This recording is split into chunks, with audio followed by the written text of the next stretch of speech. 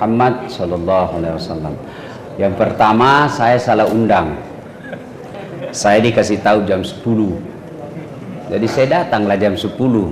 Ternyata undangan jam 8. Jadi pada saat ini bukan saya yang salah, tapi yang mengundang saya. Yang kedua, coba buka catatan hidup saya yang ada di Google. Saya tidak pernah mondok, tidak pernah pesantren, tapi bisa jadi ustadz. Apa sebabnya? Salah satu diantaranya, saya rajin ikut lomba. Saya rajin ikut lomba, mulai saya waktu SMP. SMP di kampung. Masuk SMA, saya ikut lomba. Kalau ada lomba MTQ, saya masuk MSQ, Musabaqah Syarhil Quran. Saya ikut lomba pidato. Kalau saya kalah di kecamatan A, saya ikut lagi di kecamatan B. Saya rajin ikut lomba. Dan itu paling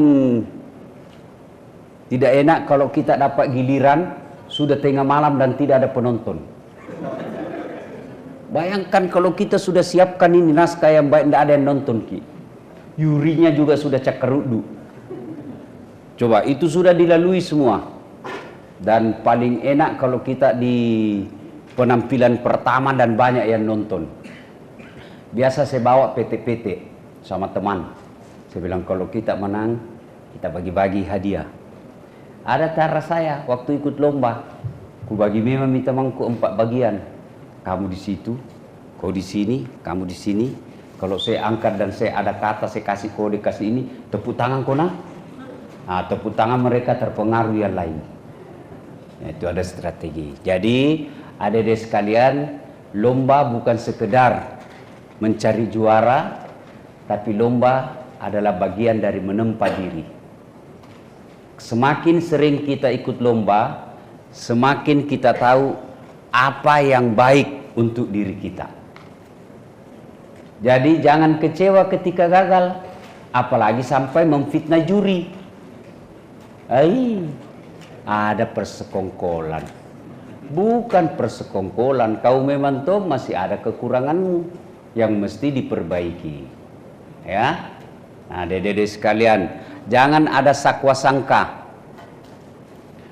Pakai singin yakmu. Dulu kata orang Bugis, saya masih ingat sekali, setiap ada mau dilakukan, orang tua bilang, pakai singin memang nini yakmu nak. Pakai singi memang ini niatmu. Kasih bagus niatmu. Kalau niatmu baik, insya Allah bagus hasilnya. Ya, kejar hadiah, ya hadiah tuh jinu dapat. Ya, kalau kau tidak dapat hadiah, kecewa. Tapi kalau kita niat syiar Islam, saya mau hadir karena syiar Islam.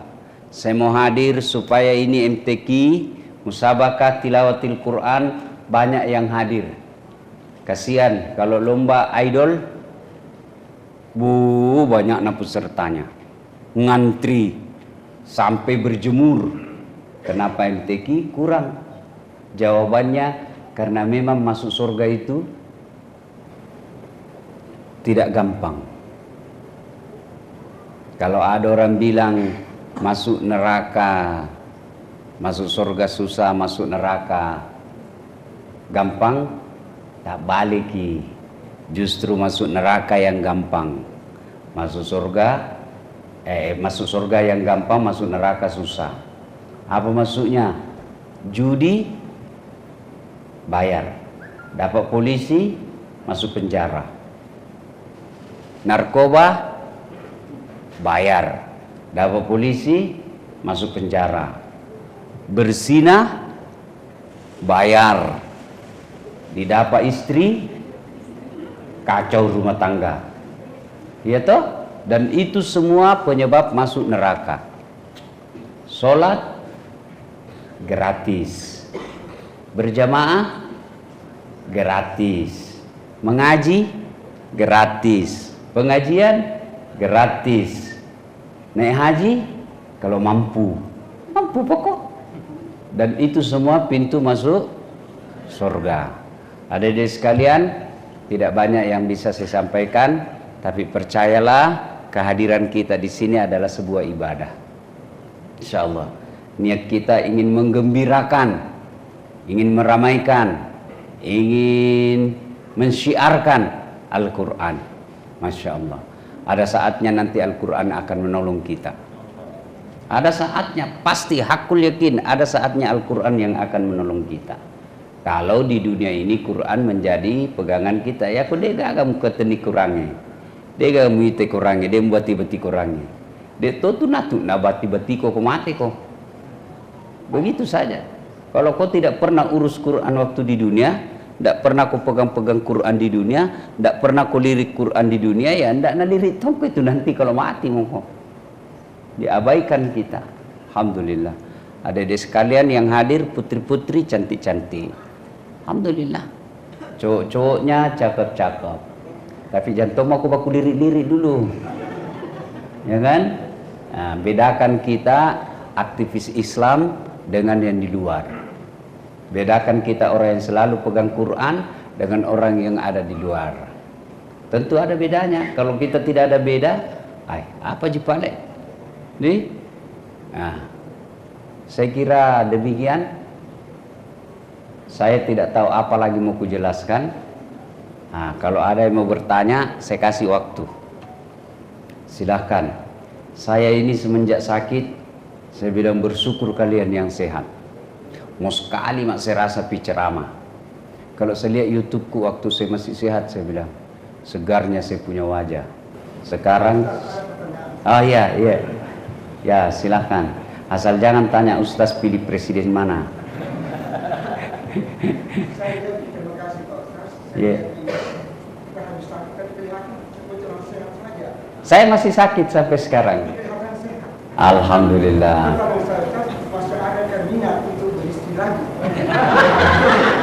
Kalau minat selalu ada Pak. Cuma saya sayang istriku. Saya kalau Bapak tanya masih minat ke Ustaz, karena ini dalam masjid tentu berdosa saya kalau bohong. Ya, kalau minat selalu ada minat Pak. Boleh dikata tiap hari. Cuma bukan saya takut sama istriku, saya sayang istri saya. Waduh, Bu, serius kah ini ya Dede? Serius saya ini. Saya kan sudah 10 tahun sama mamanya Cek. Tapi boleh dikata tidak pernah sama. Jalan terus kerjaku kan waktu sehat. Paling pulang 1 hari, pergi lagi 1 minggu. Pulang lagi setengah hari, pergi lagi 15 hari. Begitu aja waktu saya sehat. Jarang saya serumah. Sekalinya saya sakit, barulah saya serumah. Apalagi saya waktu di rumah sakit di Singapura, saya bilang saya protes Allah kalau tidak masuk ini istriku surga. Meskipun umurnya masih sangat muda. Masih sangat muda istri saya itu Pak. Kemarin Pak Husni Tanra datang ke rumah saya membesuk, nah kira anakku. Cek kalau mama nak datang jemput, nak bilang Cek ada kakakmu datang jemput kau, nak bilang ih mamaku itu. Kalau saya jemput, nak bilang Cek ada kakakmu datang jemput, nak bilang ih bapakku itu. Kalau Ustaz boleh saya nanya? Iya. Seandainya betul saya Ustaz masih mau, ada tetangga. Jadi begini bapak-bapak ya. Saya sudah bilang, kalau mau, saya selalu mau. Cuma saya sayang istriku. Itu jadi masalah. Ya, Masya Allah. pertanyaan yang lain lagi untuk jamaah. Apa ini? Pertanyaan yang berbeda ya, jangan sama juga. Ya. Nah, kalau ada yang mau bertanya, ini mungkin dulu. Ya. Kriteria laki-laki yang baik. Ada putri, kriteria laki-laki yang baik. 1, lihat sholatnya. Begitu juga perempuan. Kalian mau cari suami, kalian mau cari istri, lihat kok sholatnya. Mana? Ya, mungkin bagian perempuannya ada yang mau bertanya. Ya, perempuan. Ya, perempuannya. Ya. Jangan tawa video ini, jangan video tawa.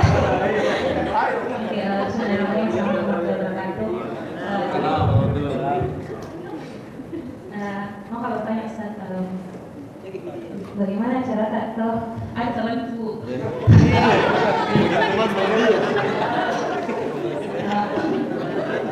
teman itu pernah bertanya Ustaz, memang yang suka dicoret sama saya tuh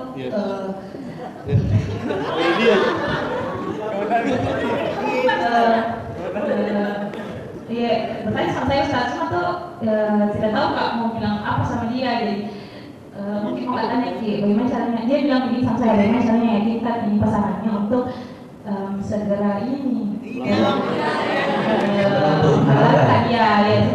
Terima kasih. Pertama ada dia, ini serius, dengar dulu deh, ini serius ya. Banyak orang sesat karena salah memilih tempat curhat. Itu dulu. Jadi kalau mau curhat, lihat dulu siapa temanmu curhat. Ya. Jangan sampai kau curhat ember bocor. Ya, disuruh simpan rahasia malah nabongkar rahasiamu.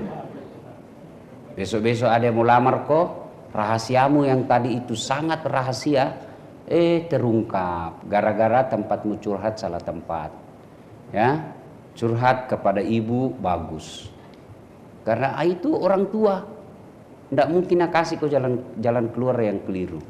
Kenapa mesti malu? Dia ibumu. Tidak mungkin dia rahasiamu itu yang sangat rahasia dia cerita. Lebih ke cerita ke ibu. Itu paling baik. Sambil kau menangis, kau peluk-peluk ibumu, itu kau peluk sorga. Dan pasti dia kasih kau jalan keluar yang baik. Ada ini yang suka Kak, tapi begini.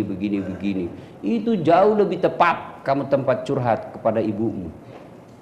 Ya? Dan dia akan cerita ke suaminya. Entah lain bapakmu, ada yang baku suka ini anak tak begini. Nah, bapaknya akan kasih tahu itu anaknya yang laki-laki. Coba aku selidiki siapa ini yang laki-laki. Nah, ternyata sudah selidiki, baik sih Pak, keluarga baik, sudah suruh melamar. Kalian juga cewek, jantung kok lama mau dipatolo-tolo. Dijanji-janji aku silver queen. Paceton. Malam minggu dibawakan coklat tak satu. Berbunga-bunga beker. Jam mau kode pacaran. Saya mau tahu, saya sama istriku yang di rumah itu tidak pernah ketemu. Tidak pernah aku lihat foto. Jadi ceritanya begini. Saya ke pesantren Darul Istiqomah.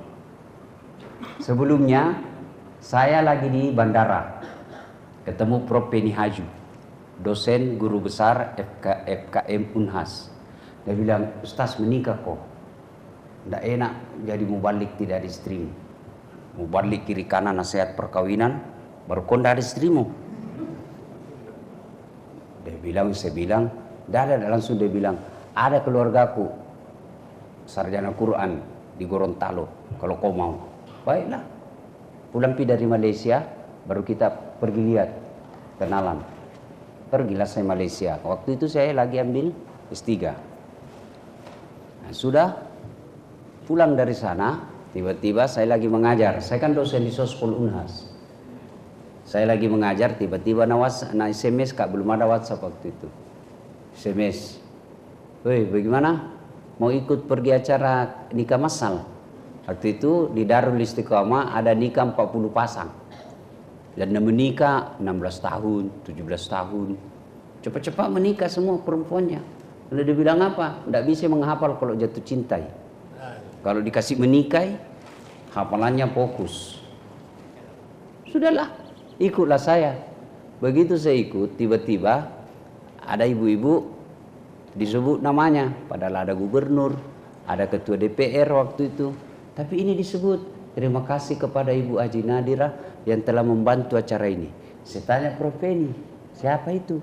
Satu-satunya ibu-ibu disebut ucapan terima kasih. Dia bilang dia membantu ini pesantren, banyak membantu pesantren. Wah, sekali ini naik mobilnya, wah, mobil waktu itu yang dipakai, mobil seperti mobilnya presiden. Dia bilang, wih, hebat ini. Saya tidak tahu kalau dia itu yang punya. Dia bilang ada anaknya di Gontor. Prof. Penny Haju ngomong waktu itu, dia bilang ada anaknya penghafal Quran 2 di Gontor. Memang kasih kenal Kak. Dia bilang, bagaimana sepupuku? Saya bilang, mana saja yang cepat. Kenalan saya itu ibu. Sudah itu hari Ahad saya kenalan, Jumat melamar. Ahad saya kenalan ibunya, Jumat saya melamar. Saya ingat sekali, selesai khotbah saya itu ada di Jalan Alauddin Masjid, komplek BNI atau komplek BIK itu. Ada masjid di situ kan? Ya? Komplek BI ya. Nah, selesai saya khotbah, langsung saya bilang, saya lebih pergi melamar. Saya kasih tahu sopirku, kau tahu Limbung? Saya waktu itu saya belum tahu itu Limbung. Dia bilang sopirku, saya tahu je, ayo kita ke Limbung. Pergilah saya ke Limbung, bayangkan bos. Dalam perjalanan baru saya telepon ibuku. Mak, melok kalau letuk. Dia bilang mamaku, ni kan melok meletuk ki. Kadang apa kepala korang? Wih, makasih. Masalahnya nak puji muka kah? Dia bilang masalahnya dia suka aja kok kah? Saya bilang ini juga saya belum kenalan. Wih, kalau doa nggak bawa nak, saya bilang doakan saja saya. Baiklah, pergilah saya melamar. Itu saya telepon itu yang penghubung, dia cuma bilang pokoknya toko Nas Group. Itu Nas Group. Pergilah saya. Dia dapatlah itu, enggak percaya saya bilang ini bilang Nas Group. Sampai saya tanya sopir, coba kok ini jika, ini nih. Karena rumahnya kan itu di Limbung itu tinggi sekali. Sampai lagi saya masuk, pakai lift lagi rumahnya. Bayangkan kalau di kampung baru ada rumah pakai lift. Biasanya mall dipakai toh. Saya bilang dalam hatiku, saya bilang sama sopirku, pulang maki saja deh. Orang Bugis bilang, dek datang kaki, dek datang kaki. Pulang maki, dia bilang sopirku, tak kalah di sini maki Ustaz. Naiklah saya, naik saya di lantai 4, langsung saya bilang, cerita dulu, saya perkenalkan siapa diriku. Cuma kan enggak boleh dengar semua orang. Jadi saya waktu bisik-bisik nih, berdua, waktu dekat sama ibu, saya panggilkannya ibu. Sudah itu cerita-cerita langsung saya bilang, ibu saya dengar ada beda anak tadi Gontor dua. Iya ada 2 anakku itu di situ. Lagi menghafal. Ini saya mau datang untuk melamar. Langsung apa bilang itu ibu? Subhanallah, dikabulkan doaku. Waktu saya umroh, memang saya berdoa, ya Allah kalau ada yang lamar anakku dan baik agamanya, siapapun dia, saya terima. Saya bilang dalam hati, masuk gigi 1. Amam ini, aku bilang amam Mika, aku bilang baik agama, penceramah nak kene. Kecuali Nabi bilang baik kerjanya, mundur kak. Nabi bilang baik agamanya, aku bilang masuk kategori ini karena ke penceramah kondang tuh. Tapi belum Pak Kondang waktu itu, tuh belum banyak yang kenal saya, belum masuk. Belum punya channel YouTube. Sudah itu langsung dia bilang, tapi saya bapaknya masih ada bapaknya lagi di Singapura. Tapi tenang maki, soal bapaknya saya punya urusan. Saya bilang lagi masuk gigi 2. Jadi adik-adik sekalian, jangan kau terbawa tradisi yang tidak ada faedah. Uang panai, ngapain uang panaimu banyak? Habis pesta diambil memakmu. Lebih baik sundrangmu yang banyak. Mahar yang banyak. Karena mahar itu haknya perempuan, tidak boleh diambil suami. Besok-besok mau kau cicil rumah, suamimu bisa dipinjam dulu. Ada dulu uang panai itu, uang mahar dulu 150 juta, bisa kasih pinjam dulu 100 juta. Itu berdosa kau kalau kau ambil itu. Harus kau, kalau kecuali dia bilang, kenapa saya pinjam-pinjam? Dipakai berdua, itu halal nih. Nih, oke nih, cukup kapan nih? Yang ketiga, ya Haji mungkin mau? Ada lagi, cewek, ada yang mau bertanya? Itu saja deh, kalau mau kau dapat suami yang baik, dia sholatnya. Itu mau saja. Kalau baik sholatnya, masa depanmu insya Allah bagus. Tapi kalau tidak beres sholatnya, jangan mau kau, biar dia gagah bagaimana, cerdas bagaimana, jangan kau percaya. Tuhannya saja dia tipu. Iya Ustaz. Ya Ustaz, ya.